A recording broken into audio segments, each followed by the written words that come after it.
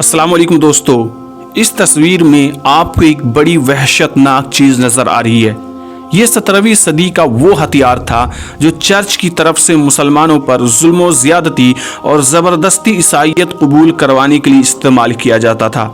कैद में मौजूद मुस्लिमों के हाथ बांधने के बाद इस औजार को कैदी की गर्दन में फंसा दिया जाता था और ये उस वक्त तक होता था जब तक कैदी मजबूर होकर अपना मजहब नहीं बदल लेता।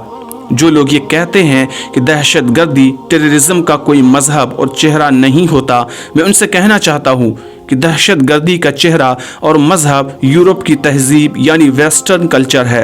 आज सिर्फ वारदात को अंजाम देने के तरीके बदले हैं, लेकिन फितरत अब भी नहीं बदली है। प्यारे दोस्तों, अगर इस्लाम की तारीख, हिस्ट्री ऑफ इस्लाम की वीडियोस आप देखना चाहते हैं तो चैनल को ज़रूर सब्सक्राइब कीजिएगा। इस वीडियो को लाइक करके ज़्यादा से ज़्यादा शेयर कीजिएगा। मिलते हैं एक और दूसरी इंटरेस्टिंग वीडियो के साथ।